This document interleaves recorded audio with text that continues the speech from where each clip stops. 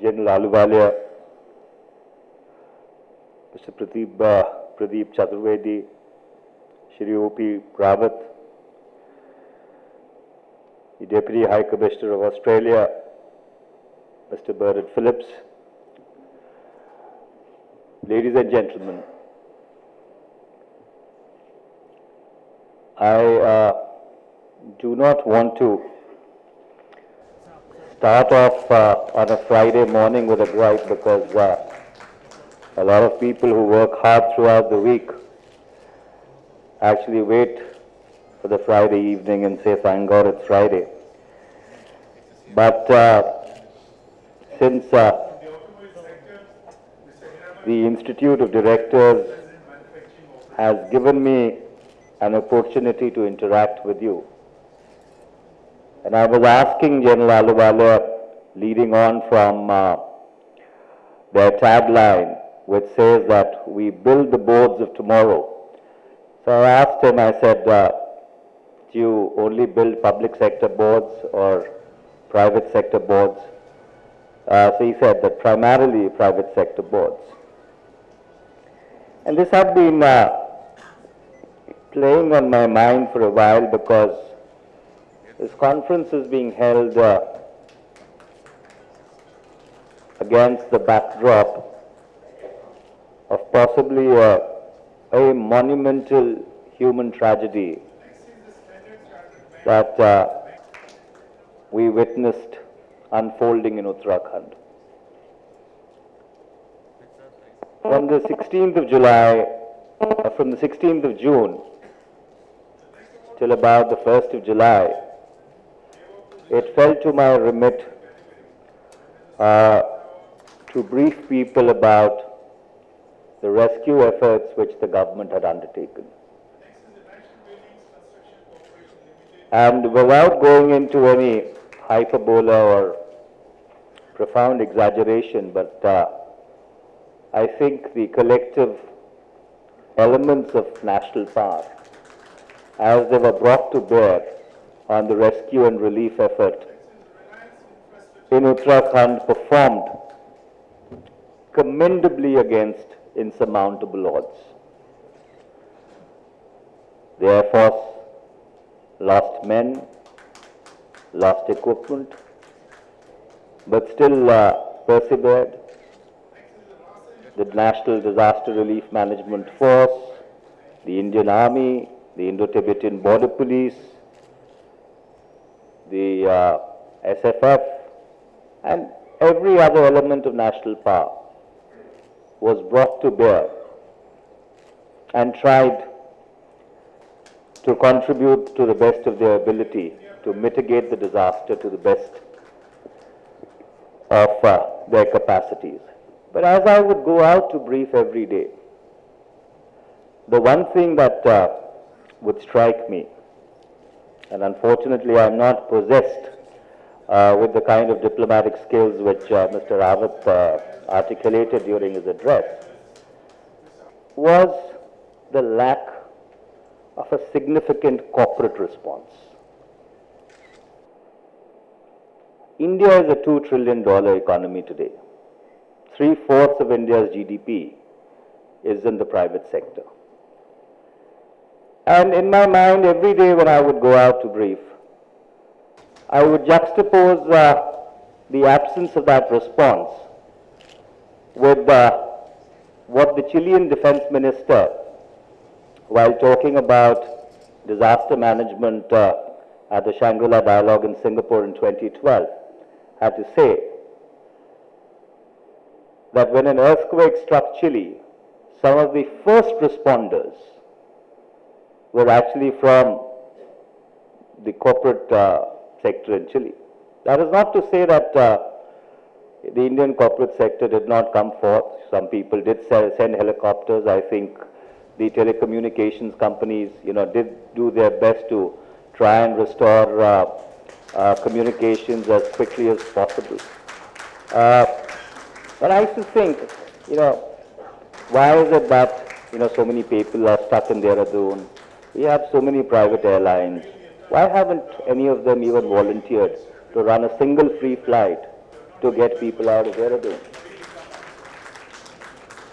And so I said that I don't want to start off with a gripe or a grudge, but I think, General Ahluwalia, as you build the boards of tomorrow and you train independent directors to serve on the boards, I know there is a very deep corporate, a deep conscience in corporate India, but I guess at times it needs to rise to the occasion and manifest itself. I am no expert on either sustainable development or the green economy. I might be knowing far less than the collective wisdom which is assembled in this room. But I recall when the Earth Summit took place in 1992, I used to head the International Union of Students. I was in Rio. We listened to all those very dark and grim warnings, the forebodings of an apocalypse, which were then articulated by leaders from around the world. I recall the frenzy and the sense of anxiety on the streets of Rio when the Earth Summit was going on, as if the world may come to an end soon. And here we are 21 years after Rio, trying to really struggle with some of the issues which possibly should have been addressed far, far quicker, given the urgency and the emergency of climate change as we see it unfolding all around us. You have the Kyoto Protocol, the Seoul outcome, the Doha round. You have this enduring debate of burden sharing between the developed and the developing world. We have concepts of collective but yet differentiated responsibility. But I think one very fundamental postulate to which the developed world needs to be extremely sensitive is that if you look at planet Earth in a larger perspective, there are 7 billion people who inhabit planet Earth at this point in time. Out of that, about 3 billion people, if you take the population of China, if you take the population of India, which is 1.5 and 1.2 billion and another 300 million, in South and Southeast Asia, occupy a very, very small portion of the Earth's surface and consequently have access to a very small part of its resources. Unfortunately, we have frozen the power balance of the world in perpetuity in 1945. The victors of 1945 were able to ensure that the flows of capital around the world get globalized. When the Soviet Union and East Europe collapsed in 1991 and Francis Fukuyama predicted the end of history, the flow of global capital or the barriers to global capital came down further. I think as the power shifts and the power balance shifts towards Asia and Asia starts rising, policy makers around Asia must very seriously start thinking as to how we can globalize flows of labor also. I know in a technology-driven world where virtual identities have made Westphalian sovereignty completely irrelevant, but still the Westphalian barriers do act as a huge deterrent to the movement of people, skills around the world. And the specter of the fight against terror as it unfolded after 9/11 have only made those barriers far, far higher. So therefore, if we really need to find a solution to the problem of environment management to make uh, the world a sustainable economy, access and equal access of peoples to the resources of the world are also very imperative. In a very quiet manner at the agenda of the G20 and at various other multilateral fora, we have tried to articulate those concerns. We have tried to mainstream those agendas or those inflection points.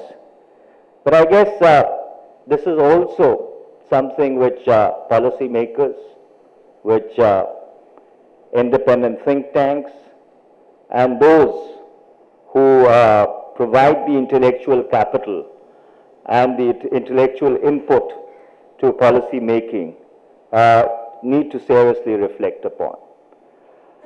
I would not go into a long-winded discussion on India's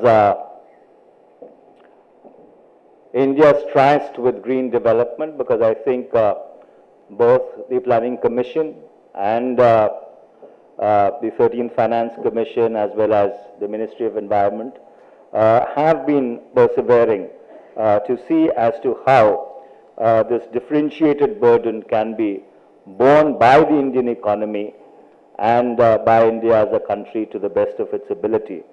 But there comes a time, if we realize that there is a critical need to save planet Earth, that possibly those who talk about burden sharing should really introspect, should reflect, and should see as to how they can at least discharge their part of the burden. Thank you very much for inviting me here today morning, and I wish your deliberations all the best.